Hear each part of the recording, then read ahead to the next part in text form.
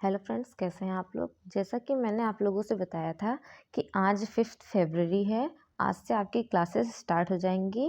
किसकी? UP LT mains की classes, जो हमें अब सब्जेक्टिव में देनी है। अभी तक हम उसे ऑब्जेक्टिव में हमने दिया था, ठीक है। तो चलिए हम आज कुछ क्वेश्चंस को डिस्कस करेंगे। ये क्वेश्चंस आपको उठ के एग्जैक्ट आ सकते हैं या इसको आपको अलग तरीके से उठा के पूछ सकता है, लेकिन आपको आंसर इसी तरीके से राइट करना है। आप इसे नोट डाउन करते चलिएगा अपनी कॉपी में, रफ हो या फेयर हो, उसमें अपनी नोट्स बनाते चलिएगा ताकि लास्ट टाइम आपको रिवीजन करने में आसान हो, ठीक है। तो इसमें इम्पॉर्टेंट पॉइंट्स क्या क्या है मैं वो भी बताते चलूँगी, जो वर्ड्स हैं आपको, क्योंकि हम जब ऑब्जेक्टिव का देते हैं पेपर, वो उसमें हमें ऑप्शन मिलते हैं, लेकिन एक लिखना जो होता है वो एक अलग तरीके का अप्रोच होता है। तो यहाँ हमें इसी अप्रोच को ध्यान में रखते हुए यहाँ पे हमें क्लास को डिस्कस करना है। तो आप लोग भी इसको अपने नोट्स में नोट डाउन करेंगे, क्लासेस को देखेंगे, और अब से आपको रेगुलर क्लासेस देखने को यहाँ पे एलटी मेंस की डिस्क्रिप्टिव क्लासेस मिलेगी, ठीक है। तो ये आपकी आज शॉर्ट आंसर टाइप जो आपकी आने वाली है 125 वर्ड्स के, उसके लिए क्लास है आपकी, डिस्कस हो रही है।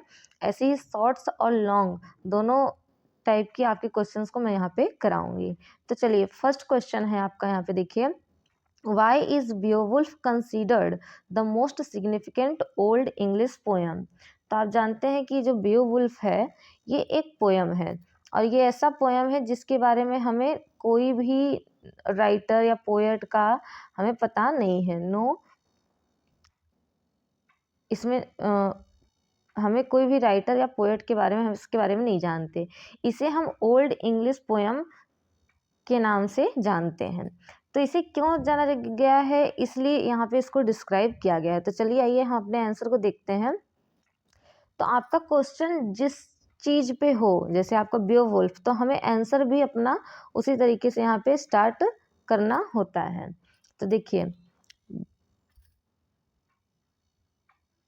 तो हमें आंसर भी वहीं से आपको क्या होता है कि स्टार्ट करना होता है। तो यहाँ पे देखिए, Beowulf is the oldest surviving poem, epic poem. तो एक आपका ये पॉइंट है कि ये क्या है, एक आपका एपिक पोयम माना जाता है। In English literature crucial for understanding Anglo Saxon culture and language. तो जब ओल्ड है तो ओल्ड में आप एंग्लो सेक्शन देखते हैं, कल्चर एंड लैंग्वेज को यहाँ पे हम समझते हैं। Between the 8th and 11th century, ठीक है। तो इसे कंपोज कब किया गया, जब 8th एंड 11th सेंचुरी चल रहा था। उसके बाद देखिए, it originate from A Germanic oral tradition. मतलब जैसे आप जानते हैं कि पहले हमारे पास कोई ऐसी मशीन नहीं थी या प्रिंटिंग प्रेस वगैरह नहीं थी जिससे चीज़ें लिखी जा सके। तो पहले हमारे ओल्ड एज में कैसी जो लिटरेचर था वो ओरली था। ओरली हम किसी भी चीज़ को, पोयम को या किसी चीज़ को कहते थे। तो combining pagan heroic ideals with Christian sentiments, the poem depicts a world of blood fluid, warrior loyalty, comitatus and fate, while featuring a hero fighting supernatural monster like Gandral। इसमें क्या होता है, इसमें जो मॉन्स्टर होता है उससे क्या करता है, वो फाइटिंग करता है, और उसकी मदर से। ये आपका की पॉइंट है। फिर है, it is significant for being the first major heroic poem in the English vernacular rather than Latin. इसलिए इसको क्या कहते हैं कि एक तरीके से हम इंग्लिश फर्स्ट पोयम के रूप में भी मानते हैं major. The narrative structure featuring elevated language, Caesar and alliterative verse sets the foundation of the later English poetry। तो इन सब एलिमेंट्स का आपके इसमें यूज हुआ है। As a unique record of pagan history written down by Christian monk Beowulf highlight the tradition from paganism to Christianity in Anglo-Saxon England, making it an valuable historical and literary artifact, ठीक है। तो इस तरीके से आपको अपने notes को बनाना है। इसमें जो कुछ की पॉइंट है उसे आपको हाईलाइट करके बोल्ड में लिखना है। एंग्लो सेक्शन हो गया, और किससे इसकी लड़ाई हुई थी, ग्रैंडल एंड हिज मदर से, किस किस चीज़ों का इसमें आपका यूज हुआ है, जैसे एलिट्रेशन, वर्स का, सिजरा का। तो इस तरीके से आपके यहाँ पे क्वेश्चन यहाँ पे 125 वर्ड्स के यहाँ तैयार होते हैं। इसमें आपको पता है कि हम एग्जैक्ट तो लिख के एग्ज़ाम में आते नहीं हैं, कुछ हम अपने लाइंस भी जोड़ते हैं, तो आप इसे नोट डाउन करिएगा। इसमें आप कुछ अपने से भी इसमें इंक्लूड कर सकते हैं और इसे इंक्रीज़ भी कर सकते हैं, क्योंकि आप अगर कोई चीज़ लर्न करते हैं तो उसमें से कुछ पॉइंट भूल सकते हैं, तो आप यहाँ अपने से भी इसमें ऐड ऑन करके चीज़ों को लिख सकते हैं। ठीक है, आइए देखिए, अब नेक्स्ट हम आते हैं नेक्स्ट हमारे क्वेश्चन पे।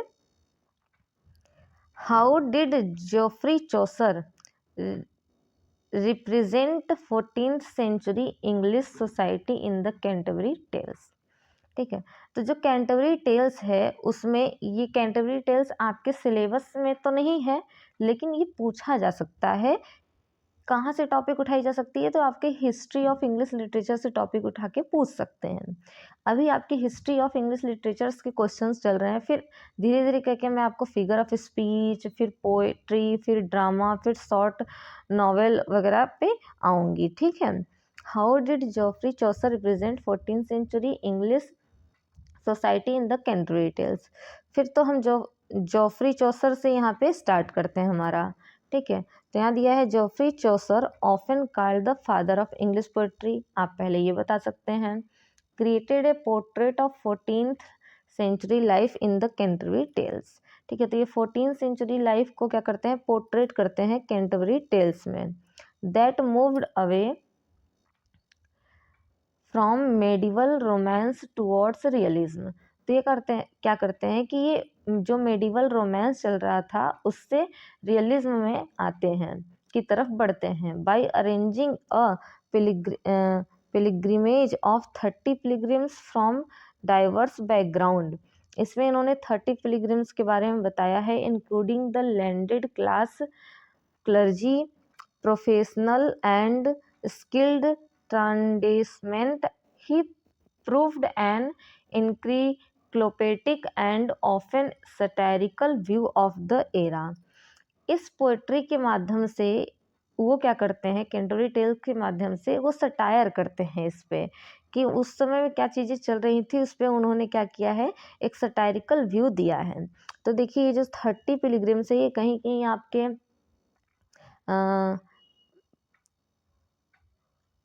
30 को 29 भी कहीं कहीं देखने को मिलता है, लेकिन यहाँ पे 30 आपका सही होगा। ठीक है, फिर नेक्स्ट पे हम आएंगे। देखिए, आगे हम आएंगे, view of the era, characters like the knight represent old cavalry while the wife of Bath symbolism a new independent women. He highlights the moral corruption of the church through the corrupt monk and farrier, balanced by the pious person। तो देखिए, ये सब जो word दिए हुए हैं, जैसे monk हो गया, पियस पर्सन हो गया, फिर ये सब वर्ड्स आपको कहाँ से पता चलेगा, जब आप कुछ फेमस जो वर्क हैं जो आपके एलटी सिलेबस में है, तो वो तो आपने पढ़ा होगा प्री में। उसके अलावा भी जो फेमस वर्क है, उस मैं आपको सजेस्ट करूँगी कि इनकी जो स्टोरी है, शॉर्ट स्टोरी, एक बार आप लोग पढ़ लीजिएगा। उससे आपको क्या होंगे, आपको ये सारे जो वर्ड्स हैं, जो नाम हैं, वो लिखने में बहुत आसानी आपको होगी। बाकी तो मैं आपको कराऊंगी ही, लेकिन आप साथ ही साथ जो जिस टॉपिक के बारे में जो आपके एलटी से थोड़ा सा अलग है, उसके बारे में भी आप क्या करें, एक शॉर्ट स्टोरी, शॉर्ट समरी आप देख लीजिए।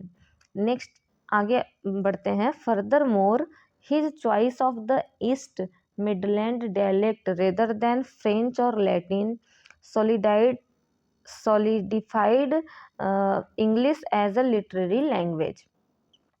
तो ये क्या करते हैं कि ईस्ट मिडिल लैंड डायलेक्ट का यूज करते हैं, जो क्या करता है, लिटरेरी लैंग्वेज को क्या करता है, सॉलिफाइड करता है।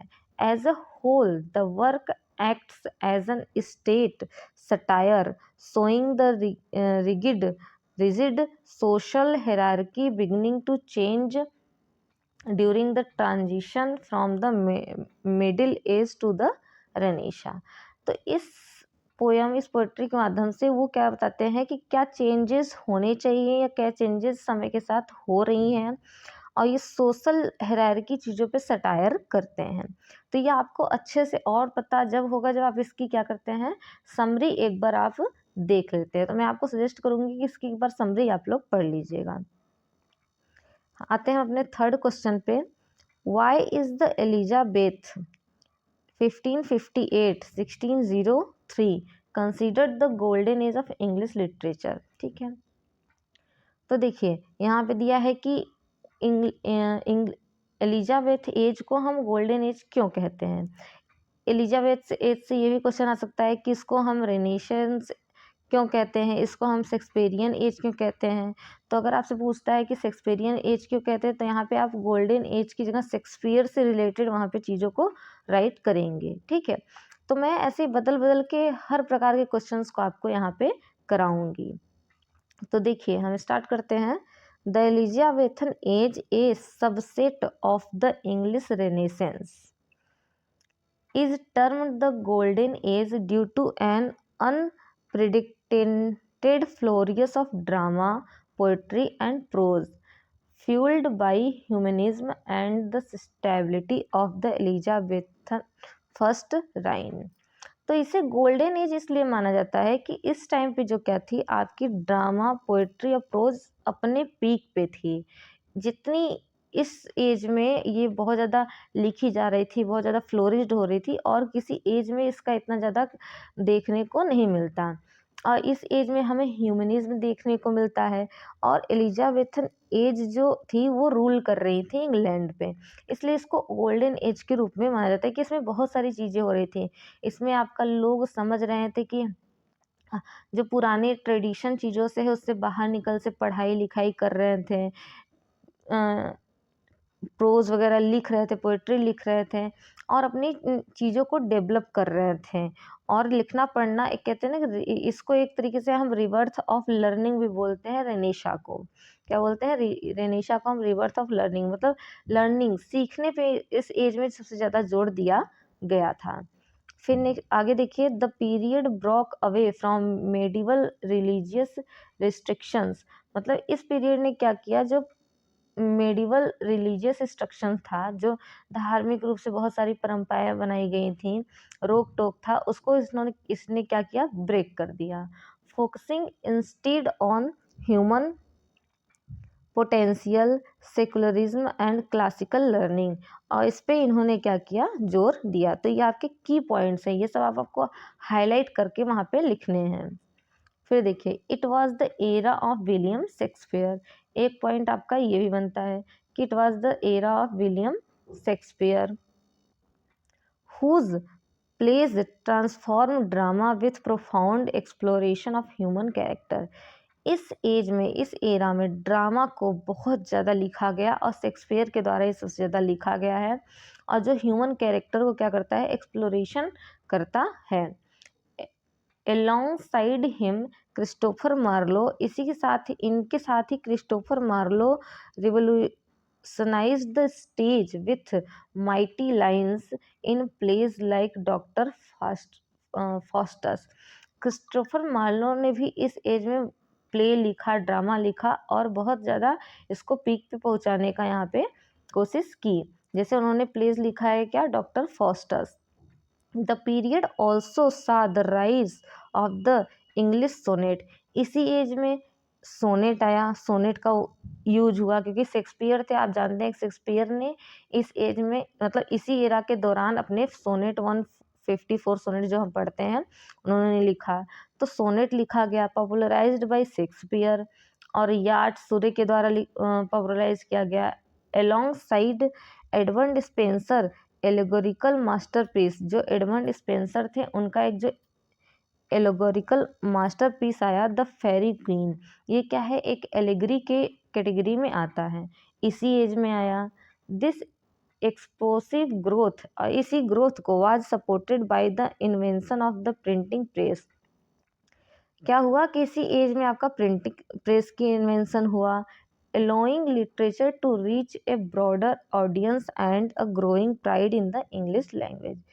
तो इसी दौरान क्या हुआ, ज़्यादा से ज़्यादा लोगों के पास इंग्लिश लिटरेचर पहुंचा और क्या हुआ, इंग्लिश लैंग्वेज इनहेंस हुई। तो इस तरीके से हम अपने वर्ड में, अपने वर्डिंग में लिख सकते हैं। ये सब सारे लाइंस और कीवर्ड्स को हम ध्यान में रखते हुए करेंगे और हाईलाइट करते हुए लिखेंगे। तो इस तरीके से देखिए 3 क्वेश्चंस आपके यहाँ पे कंप्लीट हो गए। तो आप इन तीनों क्वेश्चंस को यहाँ पे नोट डाउन कर लीजिएगा। अब इसके आगे क्लासेस आपकी 1-2 क्लासेस आपकी चलती रहेगी, शॉर्ट की और लॉन्ग की। जैसा जो रहेगा मैं आपको क्लासेस में बताती रहूँगी। तो तीनों क्वेश्चंस बहुत ज़्यादा इंपॉर्टेंट है, इसे आप नोट डाउन कर लीजिएगा, ठीक है। अगर आपको वीडियो पसंद आती हो तो लाइक करें, सब्सक्राइब करें, ज़्यादा से ज़्यादा शेयर करें और मिलते हैं आपको नेक्स्ट वीडियो में। Thank you.